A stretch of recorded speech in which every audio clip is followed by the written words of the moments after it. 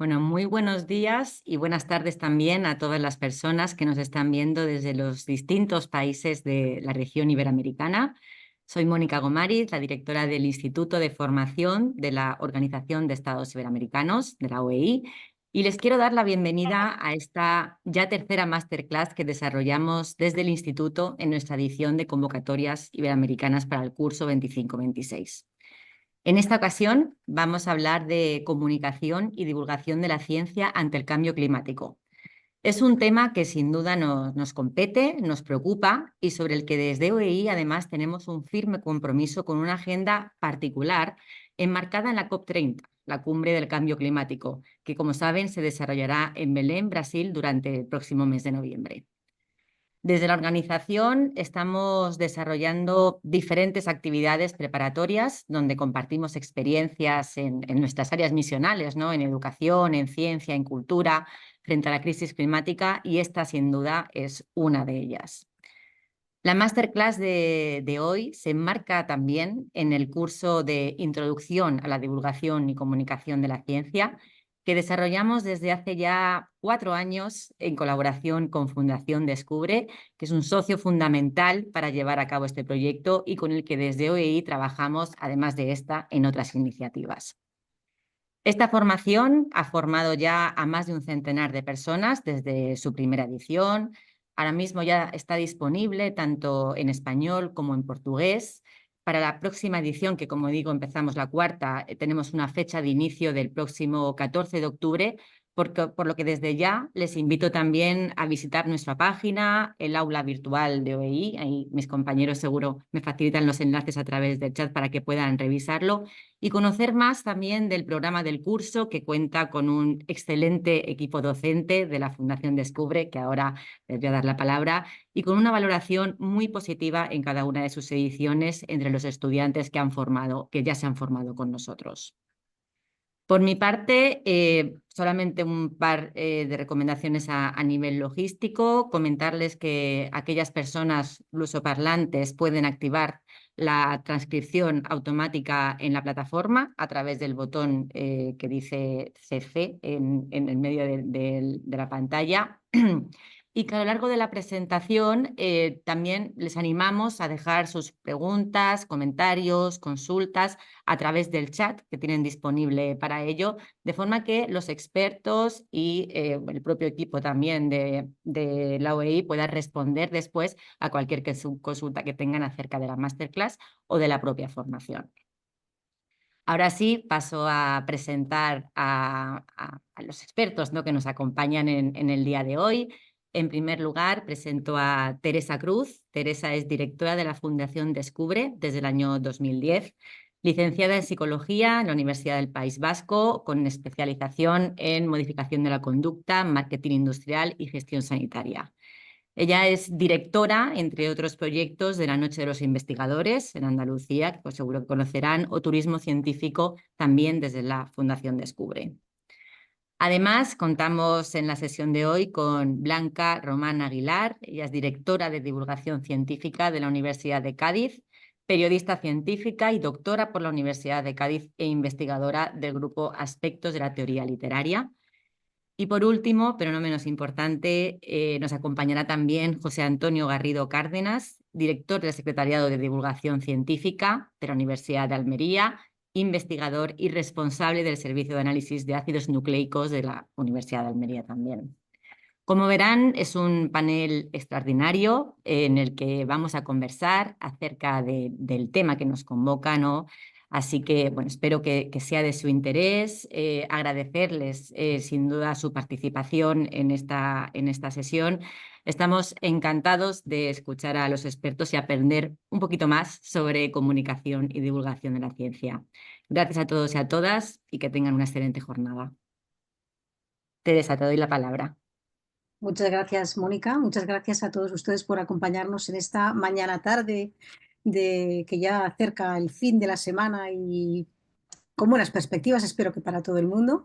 Estamos hoy con ustedes 3 personas para hacer una mesa redonda, para hablar sobre una cuestión que probablemente les interese muchísimo tanto como a nosotros, pero también tenemos compañeros que están detrás ayudándonos a que salga muy bien la clase de hoy. Está Ana Pérez, Amalia Rodríguez, y está también con nosotros Pablo por parte de la OEI, y entre todos vamos a intentar pasar una hora muy a gusto hablando de una cuestión que a todos nos atañe, que es la ciencia y el cambio climático y cómo la estamos trasladando a la sociedad.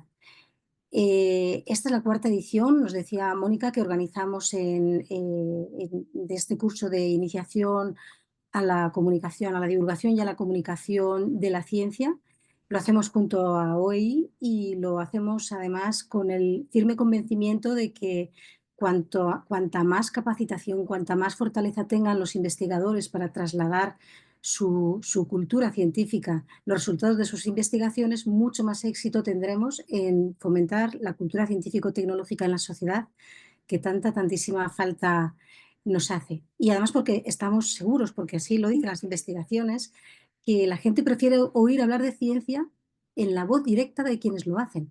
O sea, que no hay mejor portavoz que un buen investigador contando su ciencia. Y ahí es donde queremos contribuir a que los que paséis este rato con nosotros y sobre todo quienes decidáis hacer el curso de formación os sintáis más fuertes y más seguros para hacer una comunicación social de la ciencia del siglo XXI. Ya nos han presentado a Blanca y a José Antonio, son dos personas muy vinculadas a Fundación Descubre, que lideran proyectos en los que trabajamos conjuntamente con sus instituciones, y ya Mónica ha hecho una breve descripción de quiénes son. Yo les aseguro que les va a encantar la sesión de hoy. Y vamos a preguntar alguna cosa así de carácter más general para conocerles un poquito mejor. Y queríamos preguntarle a Blanca y a José Antonio, pues, cómo fue que llegaron a trabajar en divulgación, en cultura científica, qué es lo que os motivó a vincular la ciencia que se produce, en la que estabais trabajando, con la sociedad. Blanca. Hola, buenas, muchas gracias a todos. Y bueno, yo en realidad tengo que ser muy honesta. Yo soy de alma periodística, yo desde pequeño siempre he tenido claro que quería ser periodista, y yo cuando pensaba en ser periodista no pensaba en ser periodista científica o divulgadora científica, es cierto, siempre era algo como bueno, no estaba, sabía que existía, pero bueno, no iba conmigo. Entonces, bueno, cuando acabó la carrera yo empecé a trabajar como plumilla en un medio de comunicación local. Y bueno, las cosas del destino, ¿no? O de la suerte, o no sé muy bien, de pronto acabo en la Universidad de Cádiz a través de un programa que había, que lo fomentaba la Junta de Andalucía, que era Andalucía Investiga, y empiezo a formarme en temas relacionados con la ciencia, en temas relacionados con la divulgación, y empiezo a darme cuenta que, bueno, que lo mío siempre ha sido narrar historias, porque como plumilla y como periodista siempre me ha gustado contar lo que me rodea, pero sobre todo era tender puentes. O sea, me gustaba mucho el entender la investigación que estaban haciendo nuestros científicos en la Universidad de Cádiz y contárselo a la sociedad de una forma diferente. O sea, empecé a darme cuenta que se me daba bien eso de traducir del lenguaje técnico-científico las cosas a un lenguaje pues que todo el mundo pudiera hacerlo. Al principio costó, no fue fácil, ¿no? Esto no es, yo me falta, a ver, tenía la formación periodística, tenía mis máster hechos, había iniciado mi carrera investigadora de forma paralela, porque yo siempre he sido una persona muy inquieta y bueno, pero iba por otra vertiente. Entonces, bueno, la primera vez recuerdo que me enfrento a un texto científico puro y duro, un paper, fue duro, fue muy duro y la lagrimita asomó por ahí.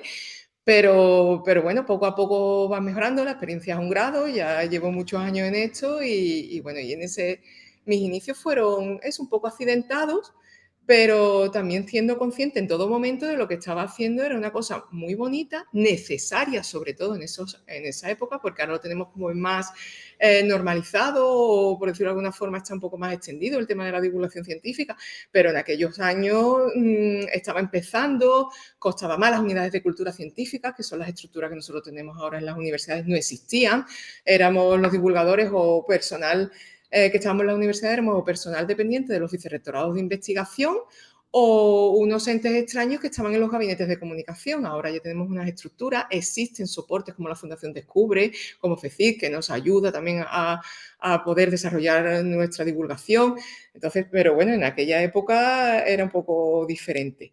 En fin, esa ha sido un poco, esos fueron un poco mis inicios. Fueron un poco accidentados, pero siempre consciente de que lo que estaba haciendo era algo que sobre todo es para ayudar a que la sociedad entienda que la investigación es necesaria, que repercute en el día a día de todas las personas y que forma parte de nuestra vida. Y eso creo que es una labor que me enganchó desde el primer momento.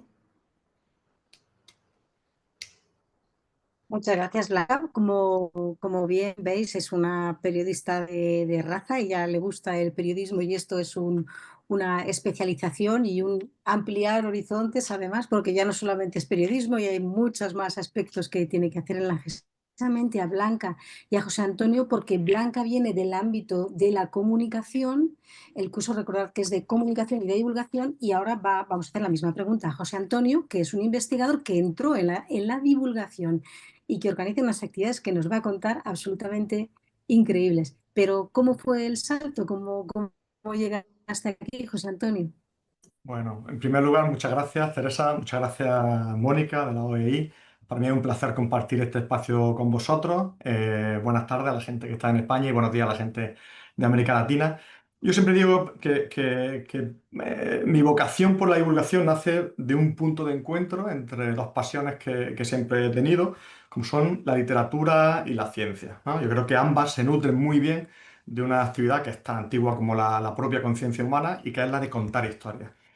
Yo creo firmemente que la divulgación científica es la forma más natural de conjugar ciencia y literatura y que es capaz de llevar al público no solo datos, sino sentido, emociones, cultura. Y el término de cultura lo introdujo aquí no de manera casual. Yo creo mucho en esto de la divulgación y la cultura. Para mí la cultura es la forma de entender el mundo y las circunstancias que nos rodean, ¿no? En ese sentido, en la Universidad de Almería tenemos un aula de divulgación científica dentro del resto de aulas culturales del Vicerrectorado de Cultura y para mí es muy importante esto, ¿no? Para mí esta vinculación de ciencia con sociedad, con cultura, bueno, no es un extra, no es un valor añadido, es el núcleo esencial de todo esto. Solo cuando el conocimiento se inserta en la cultura, en la educación, en los medios, en las conversaciones públicas, eh, solo en ese momento se pueden generar cambios reales, ¿no? En las actitudes. Bueno, esta es un poco mi idea de la divulgación, pero por lo que respecta a mi experiencia personal, bueno, pues yo desde muy pronto la verdad es que empecé a escribir relatos, incluso alguna novela,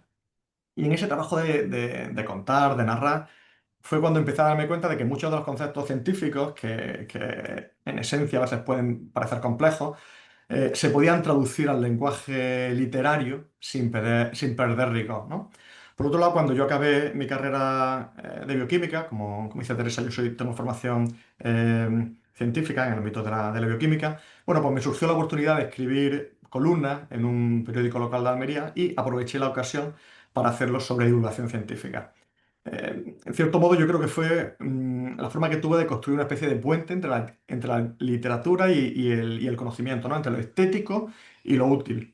Más adelante esas columnas se recopilaron en un libro de divulgación científica, un libro que llamamos, bueno, que llamé Bajo los adoquines la ciencia, y en él quería mostrar un poco que la ciencia no está en la Torre de Marfil, ¿no? Sino también bajo los adoquines de la ciudad. Un poco aproveché esa pintada del mayo francés, ¿no? De bajo los adoquines en la playa, para llevar ahí la ciencia, ¿no? Y el título alude a eso, a cómo la ciencia está en todo. De esta manera, para mí trabajar en divulgación es algo tanto ético como estético, ¿no? Lo de la ética viene porque la ciencia al final fundamentalmente, o por lo menos en nuestros ámbitos más cercanos, se hace con dinero público y ese esfuerzo tiene un sentido solo cuando se comparte, ¿no? No basta con publicar en revistas especializadas. Hay una responsabilidad, ¿no? Que la sociedad entienda en qué se invierte, qué beneficios puede tener para ella, por qué se investigan unas cosas, cambio climático, ¿no? Pero también enfermedades, biodiversidad. Y tiene un sentido estético, porque la forma en la que contamos esos descubrimientos, esos hallazgos, esas preguntas, pues importa mucho, ¿no? Para mí el uso de metáforas, de estructuras narrativas correctas, del ritmo, de imágenes literarias, bueno, pues convierten al hecho científico en algo cercano. Solo quiero añadir que además de dedicarme a la divulgación como divulgador, desde hace unos años también tengo un puesto como gestor, soy director de divulgación científica. Y yo lo considero como una extensión de la vocación de la divulgación. Ya no solo que yo escriba o que hable con algún medio, sino que ayudo a colaborar, o sea, colaboro en el diseño de programas, coordino actividades. Y esto me ha enseñado que la divulgación no es simplemente una traducción de lo técnico a lo fácil, ¿no? Que un poco es la idea que yo traía como divulgador, ¿no? Traducir una cuestión compleja a lo fácil, sino que la divulgación se convierte en un diálogo. Cuando nosotros escribimos un artículo, una columna, asumimos que habrá alguien detrás que lo lea, pero cuando participamos en una actividad necesitamos la correspondencia de quien tenemos delante y eso es muy importante y como digo me lo ha enseñado esta faceta de gestor de la divulgación. Muchas gracias, José Antonio. ¿Y cómo entrasteis en cambio climático? Porque no sois especialistas de cambio climático, sois divulgadores de una entidad que las universidades, tanto la de Almería como la de Cádiz, abordan todas las áreas de conocimiento, pero sabemos que habéis tenido que tocar la comunicación y la divulgación del cambio climático. ¿Cómo fue la primera vez?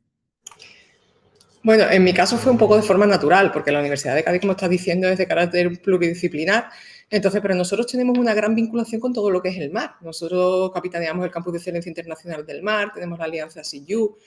Entonces, claro, el mar y la vinculación con el cambio climático es una obviedad. Entonces fue un poco por ahí. No te podría decir exactamente cuál fue el primer artículo de divulgación científica que hicimos relacionado con el cambio climático, pero sí me recuerdo muy bien, por ejemplo, la expedición Malaspina, que fue en el año 2010-2011, que fue pues un gran proyecto, ¿no?, de una gran envergadura, liderado por el CSIC, con apoyo de la Armada, donde había muchas instituciones internacionales, entre ellas la Universidad de Cádiz, y durante 9 meses más de 400 investigadores lo que hicieron fue un recorrido, ¿no?, por todo el planeta a bordo del Hespéride, del Sarmiento de Gamboa, y el punto de partida fue la ciudad de Cádiz. Entonces, claro, yo estaba todavía recién llegada, como quien dice, a la universidad, llevaba un añito por ahí, pero claro, eso me vino como ¡pum!, de sopetón, ¿no? Era el enlace de prensa que tenía la Universidad de Cádiz para este macroproyecto donde el cambio climático, donde el impacto del cambio global sobre el océano era la esencia del proyecto. Entonces, bueno, eso me abrió mucho los ojos, me hizo conocer a muchísimos investigadores profesionales de esa área. Fue algo clave para mí, fue como un punto de inflexión para entender la importancia real que tiene divulgar bien y contar bien la investigación que se está haciendo en torno a los problemas que tiene nuestro planeta, ¿no? Y sobre todo, claro, nosotros focalizábamos mucho en el océano, pero bueno, era explorar la biodiversidad que había en él, trasladar los hallazgos, ¿no?, que hacían nuestros investigadores que estaban en esos buques, en el Sarmiento de Gamboa, en el Hespéride, haciendo ese recorrido. Y bueno, fue un poco, yo te digo, la experiencia del Malaspina para mí fue una lección y un aprendizaje maravilloso y que me hizo entender y despertar mucho más la curiosidad por todo lo relacionado a los problemas reales que estábamos teniendo con el cambio climático. Esto nos llevó a que, bueno, después de esa expedición ha habido, pues claro, muchos resultados. Nosotros tuvimos allí un elenco de investigadores maravillosos que hizo un trabajo muy bueno y uno de ellos, por ejemplo, fue Andrés Cózar. Andrés Cózar es de oceanografía y él ha hecho un mapa mundial de la presencia de plásticos y microplásticos en los océanos. Su estudio ha mostrado que los plásticos se concentran en grandes giros oceánicos, ¿no? Y que incluso el zooplancton, pues, que es la base de la cadena alimentaria, ya está conviviendo con partículas de microplástico y que esos microplásticos al final llegan a nosotros, porque la cadena alimenticia hace que lleguen, ¿no? Entonces, esto viene del Malaspina, eso empezó ahí esa investigación. Entonces, bueno, el contar esto, el hacer que la gente entienda que el problema del cambio climático es un problema transversal que nos afecta eso, a todo lo que estamos hablando, desde la cadena alimenticia hasta cuando tú vas a la playa a tomar el sol y te vas a bañar. O sea, los temas del cambio climático es algo que tú puedes ver por la ventana, que afecta a tu día a día. Entonces, bueno, esa fue esas han sido las cosas que me han a mí alimentado y me han despertado mucho la curiosidad por seguir preguntando a mis investigadores, oye, esto tiene relación directa con el cambio, porque al final todos los ámbitos lo tienen. O sea, si te vas a la agroalimentación, si nos vamos a estudios de biodiversidad, o sea, ya te digo, nosotros es que en la UCA estamos muy focalizados y ha sido como algo, mi divulgación y la ayuda a divulgar a los investigadores en tema de cambio climático ha sido algo totalmente natural, porque nosotros es que trabajamos en la UCA mucho con eso, desde, bueno, los investigadores que van a la Antártida, los que hacen estudios de pequeñas cosas cercanas, como nosotros tenemos en Cádiz la playa de la Caleta, había un proyecto maravilloso que era el Biocaleta, y entonces cómo el cambio climático impacta directamente en esta zona tan específica, ¿no?, de la península ibérica. Entonces, bueno, es casi natural, ¿no?, el recorrido hacia allí. La verdad es que entraste por la puerta grande, ¿eh? Con un proyecto de los de... Sí, sí, sí, me cayó encima, me cayó. Sí, Sí, sí. pero fue apasionante, fue muy bonito. Y además tengo la suerte de tener a investigadores que son de primera división en la materia de oceanografía y también me lo hicieron todo muy fácil, la verdad, tengo que ser honesta. O sea, hablar con ellos es una pasada. Y yo soy muy curiosa, entonces todo lo pregunto. Y bueno, y ellos pues me abrieron los ojos de una forma maravillosa. Y José Antonio, ¿tú cómo empezaste a trabajar temas de cambio climático en la Universidad de Almería? Sí, yo un poco como Blanca no soy capaz de encontrar un momento preciso, ¿no?, en el que dice, es mi primer encuentro de la divulgación con el cambio climático, pero es verdad que hay dos hechos, y además relativamente recientes, dos experiencias, que sí que me conectan de una forma especial con todo el tema del cambio climático, ¿no? Estas dos actividades, una de ellas la viví como autor y otra como gestor, ¿no? La que viví como autor fue cuando publicamos un libro que se llama Parásitos, los actores secundarios de nuestra historia, junto con mi compañera de área, Concha Mesa, ¿no? Y en ese libro lo que nosotros tratamos de mostrar es que los parásitos y los vectores que participan en el ciclo de los parásitos, estamos hablando de mosquitos, garrapatas y demás, no existen en un vacío aislado, ¿no?, sino que se forman, o sea, están integrados en ecosistemas que son muy complejos, donde cada pequeña alteración puede ser fundamental. Y en uno de los capítulos, pues nosotros analizamos cómo la destrucción de hábitat o la intensificación de la ganadería, pues pueden cambiar radicalmente la dinámica de transmisión de enfermedades, ¿no? Por ejemplo, con cuestiones como el cambio climático, que aceleran estos procesos de alteraciones dinámicas. Por ejemplo, con temperaturas suaves o estaciones cálidas más prolongadas, como está pasando ahora, ¿no?, que estamos en octubre y estamos viviendo casi en pleno verano. Como digo, con estas circunstancias, especies de mosquitos, como aquellas del género Aedes, el mosquito tigre que tenemos muy presente por aquí por Almería, pues al final colonizan, ocupan espacios, zonas que antes eran inhóspitas para estas especies y hacen posible pues, la expansión de enfermedades, por ejemplo, como el dengue. Em, Enfermedades en territorios que hasta hace poco parecían estar seguros de estas enfermedades, ¿no? El libro para nosotros es una especie de plataforma para debatir ya no solo los agentes infecciosos, que en realidad era el foco, el elemento central de este libro, sino sus relaciones con el ambiente, pero también con la salud, con la política sanitaria, con la ecología. Como digo, en este proyecto fue cuando empecé de una forma así más clara a articular la divulgación del cambio climático como algo inseparable de mi ámbito de investigación, que es la parasitología, ¿no? La parasitología, la salud pública, la ecología. Y el segundo de los hechos, de las actividades, digo que me conecta un poco con Blanca porque tiene que ver con la Universidad de Cádiz, es que nosotros organizamos una actividad dentro del aula de divulgación científica, una actividad que se llama Ciencia de Cine, en un espacio muy bonito de Almería, un espacio singular que se llama la Casa del Cine, una casa donde vivió John Lennon en su visita a Almería para grabar una película. Bueno, como digo, en esta casa se hacen multitud de actividades relacionadas con el ámbito de la cultura y hacemos un ciclo que se llama Ciencia de Cine. Pues bien, en el contexto de esta actividad invitamos a una investigadora almeriense, pero que ahora está en la Universidad de Cádiz, Marga Rivas, que es bióloga marina, ¿no? Entonces, la idea era que ella nos hablara de cómo el calentamiento global y los impactos humanos sobre los ecosistemas marinos pues son real, no son ficciones de cine, son realidades cada vez más evidentes, ¿no? Entonces, bueno, en esa charla pues reflexionamos junto al público sobre cuestiones como estamos aún a tiempo de revertir los efectos del cambio climático. ¿Cómo trata el cine apocalíptico estas cuestiones? Ella, Marga, utilizó una película, El día de mañana, una película de 2004, que ya tiene un tiempo, pero bueno, la utilizó un poco para ver cómo el cambio climático en realidad era mucho más que la fantasía que se muestra en el cine. Fue una tarde muy agradable, una tarde muy cinematográfica, porque además la gente ahí en el cine está comiendo palomitas a la vez que se habla sobre ciencia, pero también de preguntas incómodas y difíciles, ¿eh? Hubo críticas a las políticas ambientales, hubo reflexiones sobre sensibilización. En fin, yo creo que fue un espacio donde ciencia y ciudadanía se encontraron en el entorno del cine. Y es verdad que aunque ambas acciones, ambas actividades son diferentes en escala y en forma, bueno, pues tienen en común que ponen de manifiesto que, bueno, que no basta con describir, y al final esto para mí es lo importante, no basta con describir los datos del cambio climático, sino que hay que contar su impacto sobre la vida cotidiana, sobre los organismos vivos invisibles, como en mi caso los parásitos, y sobre los ecosistemas en general que sostenemos y que nos sostienen, de cómo las decisiones humanas, nuestras acciones al final, son un motor para generar cambios en esos ecosistemas. Muchas gracias, José Antonio.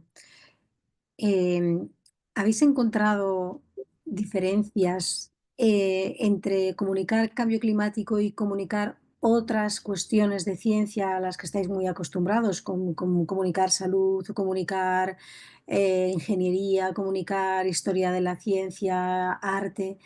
¿Habéis encontrado diferencias a la hora de comunicar cambio climático con otras áreas de conocimiento? ¿Cómo pensáis que podemos evitar el exceso de catastrofismo que muchas veces se utiliza, y como decía muy bien José Antonio, en muchas películas, por ejemplo, sin caer en la banalización del problema? ¿Qué barreras encontráis en los públicos?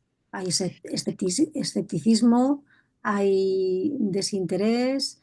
¿Hay sobrecarga de información? ¿O hay deseo generalizado o muy habitual de adentrarse desde los ojos de la ciencia? A ver, en mi caso sí hay diferencias a la hora, evidentemente las hay a la hora de determinados temas. O sea, por la parte positiva es que, bueno, el tema del cambio climático hay cosas bueno, que la gente la entiende con más facilidad, ¿no? Porque sí, es lo que decíamos antes, ¿no? Simplemente tiene que abrir la ventana y darse cuenta que la sequía que está viendo por la ventana es fruto del cambio climático. En este caso, las lluvias torrenciales que estamos viendo en algunas partes del mundo también son frutos del cambio climático, ¿no? O el precio de los alimentos mismo, ¿no? que aumenta también, y esto es derivado también del cambio climático. Esto lo hace que nos dé una justificación de que es urgente. O sea, hacer una divulgación relacionada con el cambio climático y que la gente entienda bien esa divulgación, huyendo de los catastrofismos, porque sí es cierto que tenemos una cultura cinematográfica, ¿no? Que la mente se nos va cuando estamos hablando estoy recordando ahora, ¿no? Y perdona que salto de una cosa a otra, pero estoy recordando justo lo que ha pasado este verano aquí en Cádiz. Hay una especie que es el dragón azul, que apareció en una playa de Cádiz y se cerró la playa rápido y corriendo porque, claro, era una especie que se alimentaba de medusas. Y todo el mundo pensaba, o por lo menos se extendió el rumor de que si te picaba te morías casi, ¿no? Entonces el ayuntamiento de una localidad de aquí de la provincia de Cádiz cierra rápidamente la playa. Eso parecía que iba a salir, disculparme, Godzilla del agua en un momento determinado, ¿no? Sí, porque es todo como excesivamente exagerado. Bueno, el motivo de que el dragón azul se está viendo, ¿no? ¿Cuál es la causa de que aparezca en estas costas? Que no es lo habitual, pero probablemente se ha derivado del cambio climático y que está variando la temperatura del agua, ¿no? Cuando eso es fruto de la mentalidad catastrofista que tenemos, o sea, derivada evidentemente de muchas cosas, pero el cine ha hecho gran mella en ello, ¿no? Entonces yo creo que lo que tenemos que hacer principalmente es explicar las cosas muy bien, no meter miedo, no tratar las cosas tampoco con desprecio ni con indiferencia, sino explicarlas muy bien, contarlas, que la gente la entienda, pero sobre todo dar soluciones, intentar, o por lo menos que la gente entienda que los investigadores, los científicos, trabajan día y noche, porque trabajan día y noche para dar soluciones a estos problemas que verdaderamente nos están afectando a nuestro día a día, nos está afectando a la forma que tenemos de vivir, de vestirnos, de salir a la calle, y de todo. Entonces, creo que lo que tenemos es que dar soluciones y lo creo porque las tienen, porque la ciencia es la única forma de poder dar solución. Entonces, las barreras que nos encontramos, sí, el escepticismo, hay muchísimo escepticismo. Eso es así cuando es uno de los problemas que a la hora de comunicar el cambio climático te encuentras. El tema de salud nadie lo cuestiona, o casi nadie se atreve a cuestionar un tema de salud. Un tema relacionado con ciencia más dura, ¿no? A lo mejor una ingeniería o algo, nadie se atreve a cuestionarlo si no domina la materia, evidentemente. Pero cuando hablas de cambio climático, siempre hay alguno que te dice, sí, eso lo dices tú. Pero eso será porque estamos también en la desinformación constante. La sobrecarga de información nos lleva a la desinformación. Tenemos la fake news, el desinterés. Ha habido como una moda del cambio climático y ahora parece que eso ha pasado de moda, ¿no? Y ahora vamos por otro lado. Entonces, creo que es fundamental que hagamos un ejercicio de autocrítica, un ejercicio de ver qué es de lo que hemos abusado a la hora de comunicar los problemas reales a los que nos está llevando el cambio climático. Creo que tenemos que saber contarlo de otra forma, pero sobre todo que saber conectar con la gente para que le entiendan verdaderamente que es un tema serio y que no se trata de dulcificarlo, sino de contarlo para actuar lo antes posible y teniendo en cuenta que la investigación y la ciencia son el camino para encontrar posibles soluciones a los problemas que nos estamos encontrando. Esa es mi visión. Muchas gracias, Blanca. Y José Antonio, ¿tú has visto alguna singularidad con respecto al tratamiento en divulgación de otras áreas de conocimiento, por edades o por eh, formatos que funcionan, por relatos? Sí, bueno, por estructurar un poco el mensaje, en primer lugar, sí que hay diferencia. Sí que hay diferencia, sin ninguna duda, ¿no? Cuando te acercas a la divulgación en el ámbito del cambio climático, la reacción es diferente. Mi impresión es que cuando alguien se acerca a la divulgación científica en otros temas, por ejemplo, en el ámbito de la salud, el público lo que busca es información, busca certeza. A veces, y esto me gusta mucho, es lo que le hace acercarse a la divulgación es la curiosidad intelectual. Sin embargo, en el cambio climático, lo que nos encontramos es que la gente se mueve en un terreno más cargado de emociones, de ideología, de resistencias personales. Es un tema que no solo atraviesa la esfera política, perdón, no solo la esfera científica, sino también la política, ¿no? Pero la política, la económica, la cultural. Todo esto al final hace que la divulgación en cambio climático represente un reto mayor. Pero bueno, en realidad esto también es una oportunidad para que la divulgación científica se asiente como parte esencial de la cultura contemporánea, ¿no? Es necesaria, como decía Blanca. Em, por lo que yo he visto desde mi experiencia personal, cuando yo hablo, por ejemplo, de parásitos, el interés suele nacer de la sorpresa, ¿no? Cuando yo le presento a la gente lo que son los parásitos, ese mundo microscópico que la mayoría de la gente conoce, bueno, pues se acercan, como digo, con sorpresa, ¿no? Pero cuando hablo de cambio climático, la reacción es bastante más compleja. Hay miedo, hay escepticismo y hay algo que ya habéis dicho vosotros, ¿no? Que es lo del cansancio informativo. La sensación de que ya lo sabemos todo, ¿no? De otra cosa más causada por el cambio climático, ¿no? Pero contra eso hay que luchar. No podemos dejar de decirlo. Y esa es una de las barreras fundamentales a la que nos enfrentamos, ¿no? La sobrecarga de información. La segunda pregunta que has dicho, ¿no? La de cómo evitar el catastrofismo. Bueno, pues aquí vuelvo un poco a lo que decía en mi primera intervención.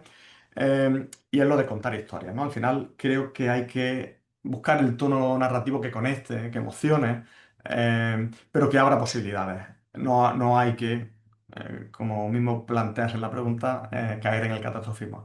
El exceso de catastrofismo, sin ninguna duda, paraliza en general, no solo en el ámbito científico, sino en general. Si todo lo que tenemos que transmitir es que el planeta está condenado, pues la reacción natural del público va a ser, si no podemos hacer nada, ¿para qué preocuparnos, no? Por eso tenemos que mostrar que el problema hay que tratarlo con rigor, acompañado de ejemplos de silencio, ¿no? De avances científicos, de cambios sociales posibles. En ese momento es cuando, manteniendo la urgencia, pues podemos añadir un horizonte de acción. Y respecto a las barreras, sí, yo creo que hay tres barreras, o al menos hay tres barreras importantes, y la habéis planteado ya las tres. Uno, el escepticismo.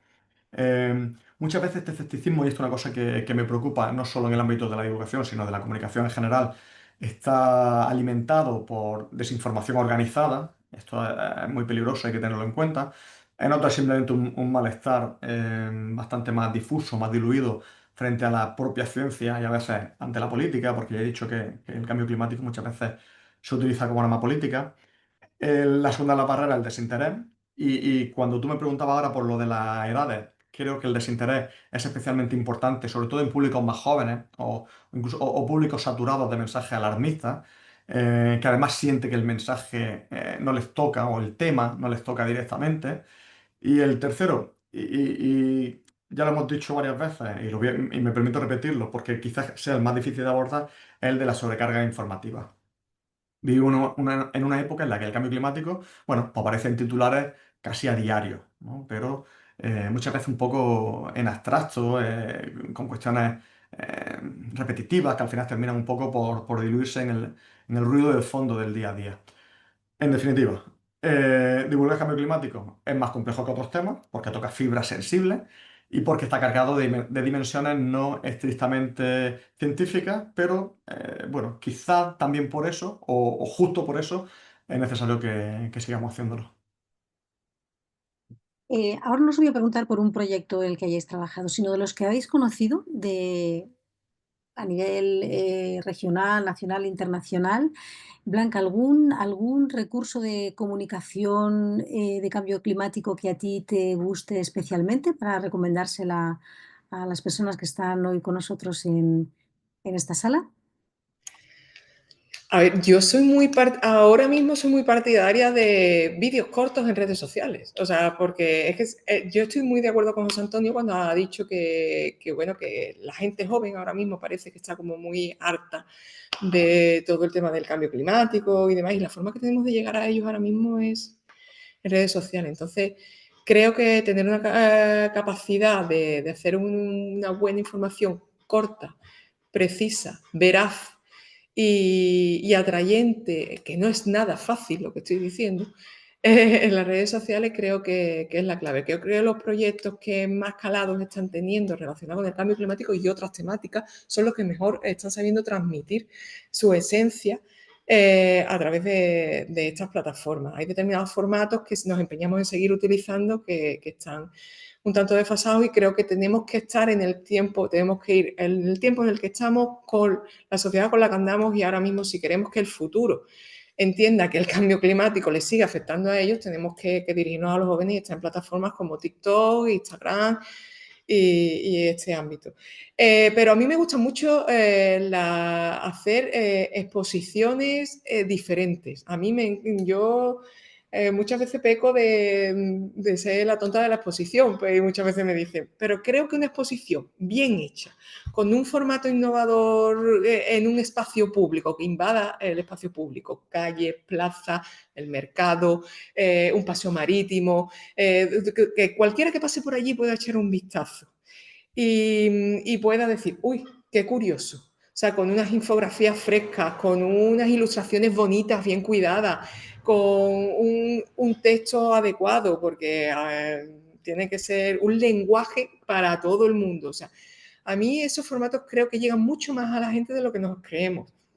Porque utilizarlo en pasillos de administraciones públicas, todos hemos estado en el pasillo de un hospital esperando a que nos atiendan y todos hemos estado mirando el techo, la pared, el desconchón que había.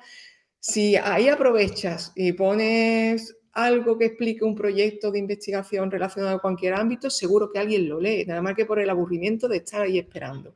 O utilizar esos espacios, utilizar espacios públicos que nosotros, todos, en algún momento de nuestra vida tenemos que ir, desde un ambulatorio a donde se gestiona cualquier documentación, sitios que no pensarías que allí puedes entender que se está haciendo ciencia o investigación y te lo están explicando. A mí me gusta mucho ir por esa línea y después, bueno, sí creo que evidentemente eventos como la Noche Europea de los Investigadores, nuestros Café Conciencia, ferias de divulgación, evidentemente todo eso suma y son muy importantes. Bueno, y la noche, para nosotros la Noche Europea de los Investigadores es nuestro evento de divulgación científica, ¿no? por definición, y eso tiene un impacto también y hace que todas las temáticas que se están abordando lleguen. Yo creo que, bueno, que esas son principalmente, yo es que soy muy de salir a la calle, de tomar la calle y de que en sitios donde la gente no se lo espera, se vaya a su casa pensando y diciendo, uy, lo que me han dicho, uy, que yo no sabía que esto afectaba. Yo no sabía, nosotros hacemos muchas rutas guiadas, a la gente le encanta, nuestros investigadores que son maravillosos se prestan para estas cosas. Entonces, nosotros tenemos una ruta guiada, por ejemplo, por aquí de Cádiz, para hablar del tsunami. Hubo un tsunami en 1755 que afectó a la ciudad de Cádiz. Ahí se habla de muchas cosas, de por qué se genera un tsunami, de por qué no, se recorren los espacios donde entró el agua, se explica un poco cuáles son las líneas de evacuación que tendría que tener, se habla del cambio climático. Y, y esos formatos, la gente, tú te tienes que inscribir previamente, pero como hay un grupito, tú te acercas a escuchar. Y la gente chupa de ahí. Y la señora que lo está escuchando se va a su casa y dice, uy, pues yo no sabía que esto estaba pasando por esto. O una vez hicimos una ruta guiada por la, bueno, hacemos muchas, por la Caleta, y claro, estaban explicando que había especies autóctonas que estaban desapareciendo y había especies invasoras que estaban llegando, y esto era tan por el calentamiento también que se estaba dando en el agua, tal, no sé qué. Y recuerdo una mujer que dijo, uy, ahora entiendo yo por qué no hay tantos pececitos como había antes aquí. ¿Sabes? Que es una tontería, nos parece una tontería, pero esa mujer ya se ha ido a su casa sabiendo que está pasando algo que está haciendo que su entorno esté cambiando de forma importante y que muchas de las especies que ella de pequeña o su padre pescaba o que ella cogía ya no existen en esa zona porque estamos en un proceso de transformación, de cambio climático y que tenemos que hacer algo si queremos conservar nuestro entorno. Muy bien, muy, muy interesante. Apuntamos entonces redes sociales en formatos actuales, con calidad, atractivos. Apostamos por salir a la calle y porque nos encuentren donde no se pensaba que íbamos a estar y acercarnos al tú a tú. Muy bien, muchísimas gracias, Blanca. ¿Y tú, José Antonio, cómo lo ves? Bueno, creo que Blanca ha tocado todos los formatos de la divulgación, desde vídeos hasta rutas, pasando por exposiciones. O sea que como casi no me ha dejado formatos, yo me voy a centrar un poco más en el público al que dirigí esa divulgación científica. Creo que para mí hay dos públicos muy interesantes cada vez que hacemos una actividad de divulgación científica. Por un lado están los niños. Es increíble, ¿no? La enorme colaboración y la espontaneidad que presentan los niños. Cuando uno le habla de ciencia con ejemplos cercanos y un lenguaje que despierta su curiosidad, la respuesta es inmediata. Ellos preguntan, risas, asociaciones inesperadas. Ellos todavía no han puesto a la ciencia en la categoría de lo difícil, de lo complejo, de lo lejano. Entonces se acercan a ella de una manera mucho más natural, sin aristas. La viven como un juego, como una sucesión de descubrimientos. Y esa frescura, bueno, es muy importante porque le hace ser muy receptivo y además nos ayuda mucho a nosotros porque a veces hace que nos planteemos cosas en las que no hayamos caído. Como digo, este es un público muy especial y para mí otro público muy interesante es el que se encuentra en los espacios a los que rara vez llega la divulgación. Me refiero, por ejemplo, a pueblos pequeños, pueblos de 1000 habitantes, donde llevar una charla o un taller significa romper la rutina cultural, ¿no? Esto genera una atmósfera muy especial en estos pueblos. Centros de personas con discapacidad, por ejemplo. Ahí ves que la respuesta del público bastante emotiva, bastante agradecida. Nos pone un poco los pies en el suelo, nos recuerda que la divulgación no es solo transmitir conocimiento, sino también un encuentro humano, inclusión, participación. En estos tipos de públicos, llevar la ciencia fuera del circuito habitual de la divulgación científica, por lo menos a mí personalmente hace que me reafirme en la idea de que la divulgación científica es mucho más que eso, ¿no? Es cultura en el sentido amplio de la palabra. No solo explicar los resultados del laboratorio, compartir, emocionar, nuevamente encontrar la bidireccionalidad en lo que explica, es sembrar vocaciones cuando hablamos de los niños, abrir espacios de ciencia en lugares, como digo, donde no siempre llega. Y bueno, creo que eso es para mí lo más destacado lo más interesante de explicar la ciencia en el formato que sea a este tipo de público. Pues sí, son dos focos clave. Los más pequeños, porque eso es una inversión realmente, como estás planteando, y tener siempre en el foco los que se quedan fuera del foco, o porque viven lejos, o porque no tienen un nivel de hábito de acudir a este tipo de actividades, o por mil razones de un problema de salud, por mil razones de la vida se quedan al margen y ir a buscarlos. Realmente es relevante. Vamos a pensar ahora en la gente que va a las actividades, las reacciones que tiene. ¿Tenéis algún recuerdo especial de algo que ocurrió con alguien que participaba en una de las actividades de divulgación que estabais organizando? A ver, me río porque hay de todo. O sea, yo estoy de acuerdo con José Antonio que la reacción de los niños es maravillosa. De verdad, es que no hay mejor público. Eso. Y las personas mayores, ¿eh? O sea, no hay mejor público. De hecho, se vuelca, la participación es muy activa y a mí me encanta verles las caritas, ¿no? En la Noche Europea de los Investigadores hay un taller que les hacen, pues, lo típico del volcán, ¿no? Y la cara de ellos, de los ojos se les abren y la sonrisa de, oh, eso es una auténtica maravilla. Después, nosotros teníamos una actividad que era el Mar sin Barreras, que llevábamos talleres de divulgación científica centrados en todo lo que es la biodiversidad marina y lo llevamos a asociaciones de mayores, a asociaciones con discapacidad y demás. Y era alucinante la entrega, la dedicación, la curiosidad, la pregunta constante, ¿no? Y eso es muy bonito. Y también hay experiencias de todo tipo. También recuerdo en una feria del mar que hicimos, que era como es una jornada de puertas abiertas, solo con talleres relacionados con el ámbito marino, porque ya, como ya digo, la Universidad de Cádiz tiene muy, muy fuerte, ¿no?, esa rama de la investigación. Hicimos una jornada de puertas abiertas solo con talleres de divulgación científica relacionados con el mar y su entorno. Y se explicaba pues el lenguado, el proceso de los animales que había. Y claro, teníamos allí peces. Y recuerdo un chico que le dio mucha impresión ver un pez de verdad. O sea, porque él lo había, sí, o sea, él lo veía en el plato. Lo veían en el plato, se lo comía cuando se lo ponía a su madre, pero no lo había visto nunca vivo. Y parece, o sea, parece ciencia ficción, pero es verdad. Y de la impresión que le dio, se mareó. Y era chiquitito, me acuerdo que se cayó. Y digo, Dios mío, Dios mío. O sea, es que son muchas las anécdotas, son muchas actividades de divulgación científica que realizamos y te sorprende eso, desde que haya personas bueno, que como los pollos, ¿no? También que los niños estaban acostumbrados.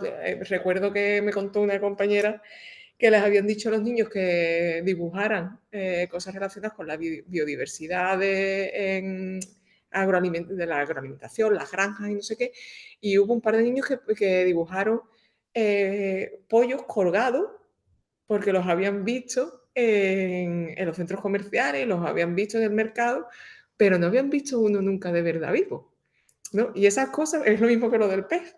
Y esas cosas, pues, o sea, es que me parece muy, muy brusco todo. Entonces, bueno, en fin, que a lo que voy es que hay mil anécdotas, sobre todo lo mejor es las caras de los niños cuando ellos aprenden. Yo siempre digo que con que uno de ellos haya entendido que la investigación sirve para ayudar a los demás y le alimente el gusanillo para que ellos quieran emprender la carrera investigadora con todo lo que eso conlleva y al final, el día de mañana, decidan ser científicos, yo ya he cumplido con la sociedad.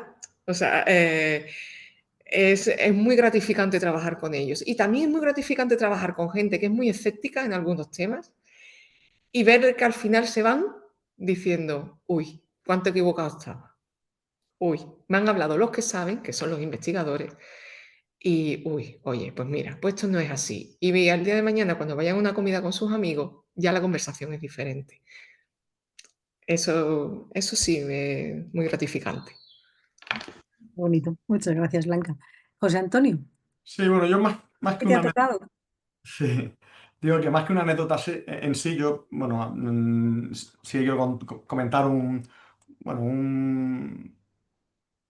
una experiencia que se repite cada cierto tiempo y que conecta un poco con lo último que ha dicho Blanca, y es que me ocurre a veces cuando yo ahora soy profesor en la universidad, ¿no? Y cuando a veces viene un alumno y me dice, yo estuve en una charla tuya en un instituto hace años, o recuerdo aquella actividad en la que participaste. Bueno, ese momento, un momento sencillo y corto, pues creo que tiene un valor enorme, ¿no? Porque uno de los objetivos fundamentales de esto de la divulgación, no lo podemos perder de vista, es la de despertar vocaciones científicas, ¿no? Abrir horizontes a jóvenes que quizás no hayan pensado que la ciencia podía ser su camino. Eh, Pensar que puedes contribuir, aunque sea de una manera mínima, absolutamente modesta, seguro en mi caso, pero contribuir a esa decisión vital, bueno, es verdad que produce una satisfacción difícil de describir. Al final es un poco la confirmación de que todo el tiempo, el esfuerzo que invertimos en preparar actividades, charlas, talleres, pues de verdad tiene impacto en la vida de alguien. Muy bien, bueno, muchísimas gracias. Que yo me lo estoy pasando muy bien. Espero que todos los que estáis ahí, que nos vemos las caras, pero que sabemos que estáis Mirta, Patricia, dos Patricias, está Nuria, Paula, Sol López, Daniel. Espero que estéis disfrutando tanto como, como nosotros. Bueno, como ya se nos ha echado el tiempo encima, pero vamos muy, muy bien organizados, sí que me gustaría que dieseis un consejo para eh, las personas que vayan a iniciarse en el mundo de la comunicación y la divulgación de la ciencia y que se base en vuestra experiencia. Un consejillo que les daríais. Yo lo que les diría es que piensen en que divulgar no es simplificar las cosas, ¿vale? Es traducirlas. Y que hay que saber escuchar, sobre todo para saber contar algo bien, hay que saber escuchar y entenderlo. Entonces, si tienes que preguntar 30 veces a la persona que sabe, contrastar la información, hazlo, no tengas miedo a preguntar. Yo cuando hablo con los investigadores, porque en mi caso, claro, yo hablo como profesional de la comunicación, yo hay temas que no controlo. Entonces, cuando hablo con ellos, les digo, mira, tú esto me lo tienes que explicar como si lo estuviera explicando a tu amigo o se lo estuvieras explicando a tu madre o a tu abuela, porque yo tengo que entenderlo muy bien para yo poder contar bien lo que tú haces y no caer en cosas que no son reales o ser exagerado, en la hipérbole, ¿no? Entonces, sobre todo escuchar, preguntar, tener paciencia también, porque bueno, la divulgación también requiere de paciencia. Y si es investigador, interiorizar que la divulgación forma parte de su carrera investigadora, en el sentido de que tienes un proyecto de investigación, has conseguido una financiación, desarrollas la investigación, vas a un congreso a contar tus resultados, haces paper, publicas en revistas, pero el siguiente paso es divulgar. Si no acabas divulgándole a la sociedad y contándole por un ejercicio de transparencia también puro y duro, si no le cuentas lo que tú has hecho a la sociedad, no acabas. Para rematar la faena, eso tendríamos que tenerlo interiorizado, que todos los que hemos hecho investigación, una parte de nuestra labor debe ser contar lo que hacemos, pero es por eso, por ese ejercicio de honestidad, porque al final, por ejemplo, en España, la mayoría de las investigaciones hacen con dinero público, entonces la gente tiene derecho a saber en qué se invierte el dinero de sus impuestos, ¿no? Y que la investigación da resultados. Entonces, bueno, yo creo que eso es un poco lo que yo le diría, paciencia, preguntar, ser curioso, no tener vergüenza a la hora de decir, mira, yo esto no lo he entendido, vuélvelo a decírmelo otra vez, y el pensar que tenemos que traducir las cosas y no simplificarlas. Las simplificaciones sí están bien porque hay que ser conciso, pero bueno, si te tienes que extender un poquito más, hay cosas que merecen la pena. Muchas gracias, Blanca. Buen consejo. ¿Y José Antonio? Bueno, yo mi consejo tiene que ser consecuente con lo que he dicho hasta ahora, así que si solo puedo dar uno, pues mi consejo es cuida la forma tanto como el contenido. Em, ya lo vengo diciendo en todo este rato, para mí trabajar con divulgación es trabajar con cultura, ¿no? En la divulgación no consiste en traducir tecnicismo a un lenguaje sencillo, o no solo, ¿no? Para eso la inteligencia artificial o Wikipedia te ayudan, ¿no? Estamos hablando de algo más, estamos hablando de tejer relatos que conecten la ciencia con la vida de las personas, con la imaginación, con las preocupaciones cotidianas. Eh, el rigor es irrenunciable, pero el modo en el que lo presentamos puede marcar la diferencia entre generar indiferencia o despertar de verdad vocaciones. Y para esto, como digo, lo importante es la forma, y la forma a veces o tiene su reflejo o tiene su imagen en realidad en el público, tiene que escuchar al público. Cada auditorio es distinto, antes lo hablábamos, ¿no? No es lo mismo hablar de cambio climático a estudiantes de un instituto, de un pueblo pequeño, que a un auditorio de gente con discapacidad, ¿vale? Y como bonus track, yo diría, y la apuntado también en Blanca, que la divulgación es una carrera de fondo. Divulgar, y esto es una frase que me gusta mucho, divulgar es sembrar. Y sembrar lleva tiempo. Tenemos que dejar la semilla y hay que ir regándola, hay que ir cuidándola. Y normalmente los frutos se ven al cabo del tiempo, entonces hay que ser paciente también en la divulgación. Pues muchísimas gracias a los dos. Nos habéis hecho pasar una tarde deliciosa. Vamos a ver qué es lo que nos han dicho en el chat, que no hemos podido contestar hasta ahora, pero sí que sabemos que hay gente de Almería, desde Cali, hay gente que se ha conectado desde Cádiz, desde Madrid, desde la República Dominicana, desde Córdoba en Argentina, desde El Salvador, Paraguay, más de Córdoba en Argentina, desde Paraguay, y ahora se me ha quedado aquí que ya no sé, a ver, me ha dado un saldo, es que están entrando muchísimos temas. Ana Pérez, ¿tú has podido ver un poquito las preguntas que nos estaban haciendo? Sí, la verdad es que hay algunas que son un poco inabarcables para tratarlas ahora, pero voy a empezar con la primera y ya vamos viendo, ¿vale? Muy A bien. Blanca le pregunta Sabrina Cupeiro lo siguiente. Dice, soy Sabrina Cupeiro, comunicadora científica en el Servicio Meteorológico Nacional de Uruguay. Desde su práctica en el periodismo, ¿siente que es positivo cuando las instituciones cuentan con un área de comunicación que acompaña a científicas y científicos en la tarea de comunicar sobre cambio climático? Hombre, yo qué te voy a decir, para mí es fundamental. O sea, nosotros hemos notado un incremento importante a la hora de conectar, por ejemplo, con los medios de comunicación y por consiguiente con la sociedad a la hora de tener comunicadores especializados en la materia que ayudan a los investigadores a que hagan de divulgadores. Para nosotros, ten en cuenta que nosotros tenemos una estructura ahora, la mayoría, por lo menos en las universidades públicas de España, ahora tenemos las unidades de cultura científicas y de la innovación, que estamos a caballo entre la sociedad y los investigadores. Ayudamos a nuestros investigadores a montar actividades de divulgación científica, como talleres, microencuentros, exposiciones, todos los formatos que se os ocurran, le damos una vuelta y una pensada. Yo sí creo que es importante tener expertos en comunicación haciendo esa labor, porque bueno, el investigador tiene que investigar.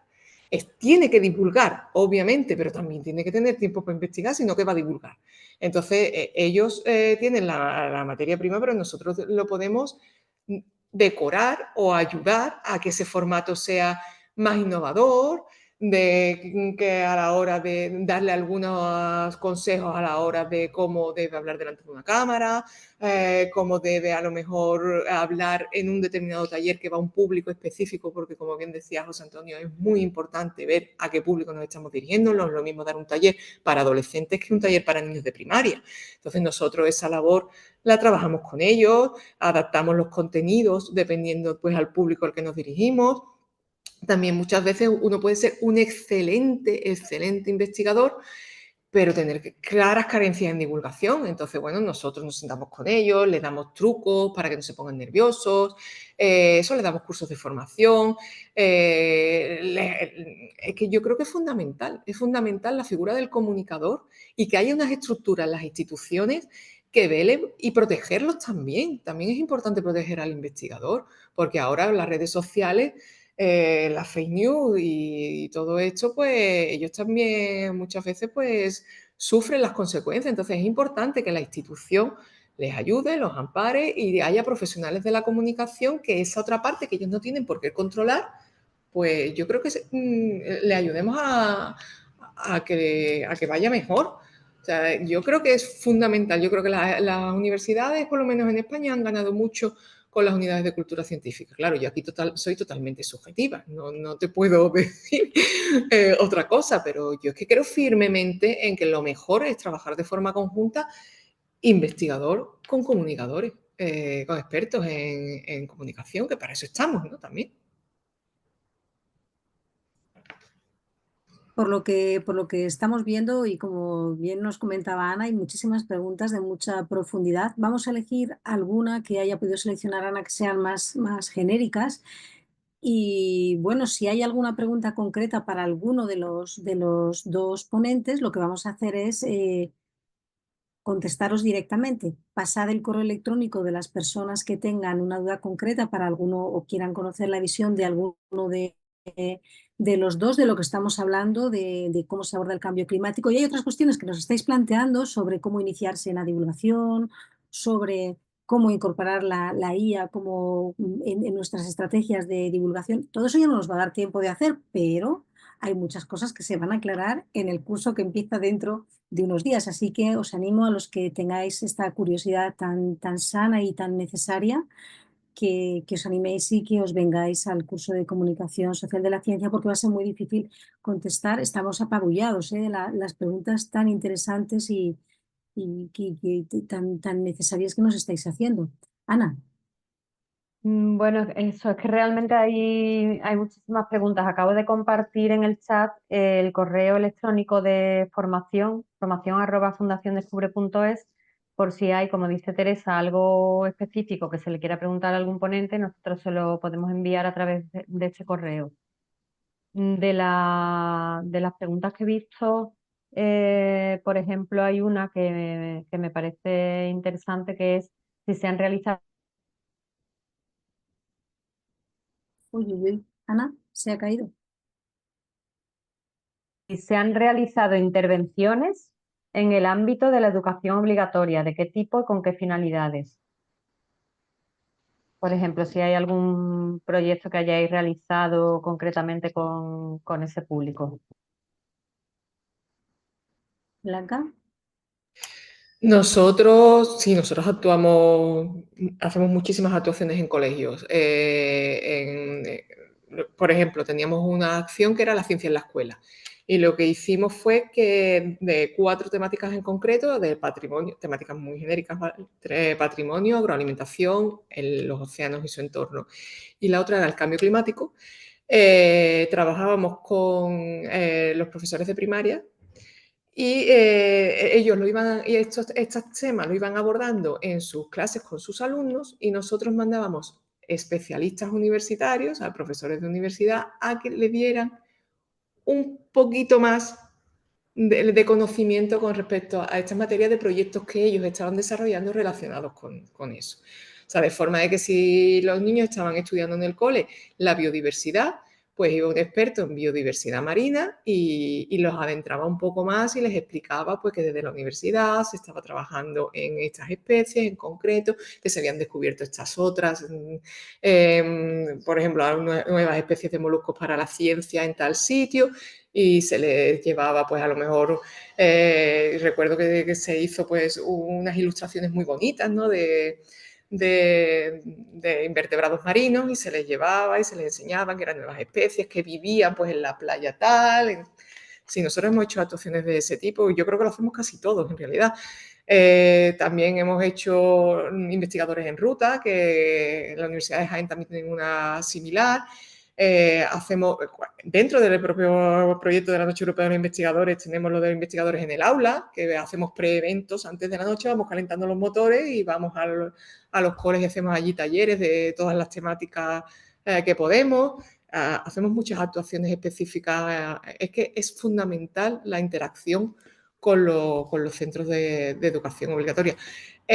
Nosotros tenemos también, por ejemplo, un proyecto que es hacer vídeos de animación explicando pequeñas cositas, ¿no? Que son las resacas de marea. Y en este caso concreto estamos trabajando con un colegio que es el Carlos III y nos locutan el vídeo los alumnos del colegio. O sea, son los protagonistas del vídeo, son los niños los que le explican a otros niños qué es una resaca de marea, cómo se produce, pues, o sea, alguna anomalía física, pues son ellos. Entonces, sí, yo creo que todos trabajamos eso y lo trabajamos mucho porque somos conscientes de eso, que hay que incentivar las vocaciones científicas y bueno, que hay que trabajar con los coles y en sintonía con lo que están aprendiendo allí. No podemos llegar nosotros como un elefante en una chatarrería y hablarles de algo que ellos no saben ni por dónde viene. Yo creo que sí, que es fundamental. Muy bien. ¿Alguna cosita más, Ana? Pues hay una muy concreta que, por ejemplo, o sea, que dice si las malas noticias y los recurrentes artículos sobre cambio climático no pueden generar hartazgo y rechazo por parte de la población. José Antonio. Sí, sin ninguna duda. Creo que lo hemos expresado a lo largo de estos 50 minutos, tanto Blanca como yo. Sin ninguna duda, la sobreexposición del tema genera cansancio. Además, hay gente, bueno, por desgracia, que está más predispuesta a ese cansancio porque hemos dicho que el cambio climático toca no solo la esfera científica de la ciencia, sino también la esfera de la política, la economía y la cultura. Y luego es verdad que el catastrofismo también puede ser peligroso porque puede hacer que la gente se separe de, eh, se separe de la preocupación y se conecte con el pasotismo. Entonces, claro que hay que evitar caer en catastrofismo. Y lo que pasa, y lo decía yo un poco antes en la intervención, tampoco podemos escudarnos en el hartazgo y dejar de divulgar, porque entonces hemos perdido la batalla, ¿no? Tenemos que ser persistentes y mantenernos en la lucha por poner sobre la mesa la verdad que arroja la luz de la ciencia, que al final no es que sea nuestra verdad, ¿no? Nosotros estamos hablando de que la divulgación no es sino poner sobre la mesa lo que la ciencia, lo que el método científico conoce sobre un tema concreto, en este caso el cambio climático, pues, como digo, eso a la luz de la ciencia.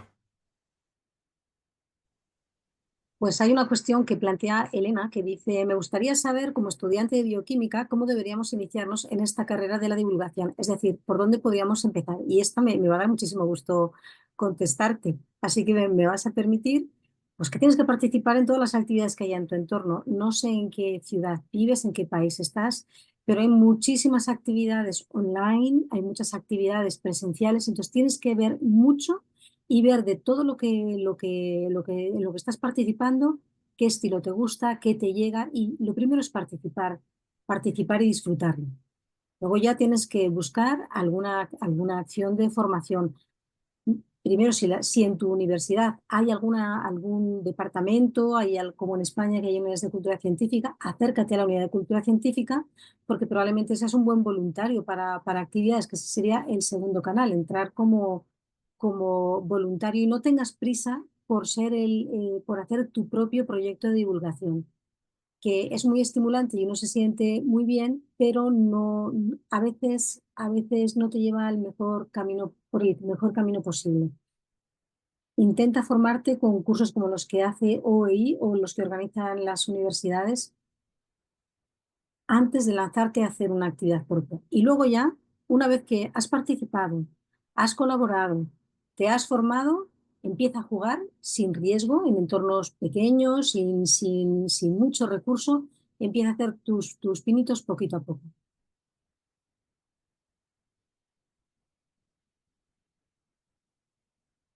Yo creo que hay algunos más, pero son ya las 5:10. Yo, si me lo permite, Teresa, solo puedo. ¿Sí?